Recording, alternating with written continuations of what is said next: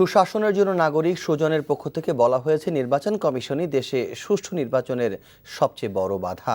Union পরিষদ নির্বাচনে হালচাল ও করণীয় শীর্ষক সংবাদ সম্মেলনে আরও বলা হয়, নির্বাচনের অনিয়ম ও সহিংসতা গা সওয়া হয়ে গেলে আগামী জাতীয় সংসদ নির্বাচন আদৌ সুষ্ঠু হবে কিনা তা এখনই সন্দেহের মধ্যে পড়েছে। রিপোর্টে আরও জানাচ্ছেন আরাফাত সিদ্দিক। ইউপি নির্বাচনের তফসিল ঘোষণার পর থেকে নির্বাচনী সহিংসতায় এখন পর্যন্ত প্রাণ গেছে ৫৬ জনের এবং আহত হয়েছে প্রায় ৫,০০০। সুশাসনের জন্য নাগরিক সুজনের পক্ষ থেকে সংবাদ সম্মেলনে এমন তথ্য তুলে ধরে বলা হয়, নির্বাচনের সঙ্গে অনেকগুলো প্রতিষ্ঠান জড়িত থাকলেও মূল দায় কমিশনের। সার্বিক বিবেচনায় মনে হচ্ছে আমাদের এই নির্বাচন কমিশনই যেন আজকে সুষ্ঠু নিরপেক্ষ নির্বাচনের ক্ষেত্রে সবচেয়ে বড় বাধা, যে এরাই সবচেয়ে বড় প্রতিবন্ধকতা। বস্তুত যে এরা যেন আজিজ কমিশনকেও ছাড়িয়ে গিয়েছে।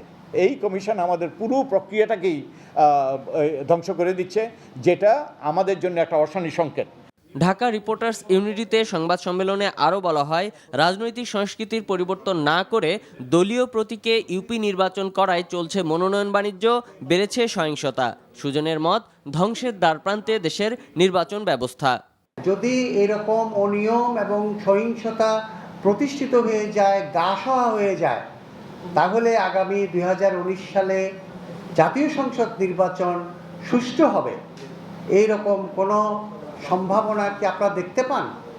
যদি আমাদের কাছে এই ধরনের নির্বাচনী মডেল হয়ে যায়, তাহলে বাংলাদেশের গণতন্ত্রের ভবিষ্যৎ কীরকম হবে সেটা আপনাদেরকে একটু চিন্তা করতে বলি। রাজনৈতিক দলগুলোর সাথে সংলাপ হলে অবস্থার কিছুটা পরিবর্তন হতে পারে বলে মনে করে সুজন। Arafat Siddique, NTV news, Dhaka.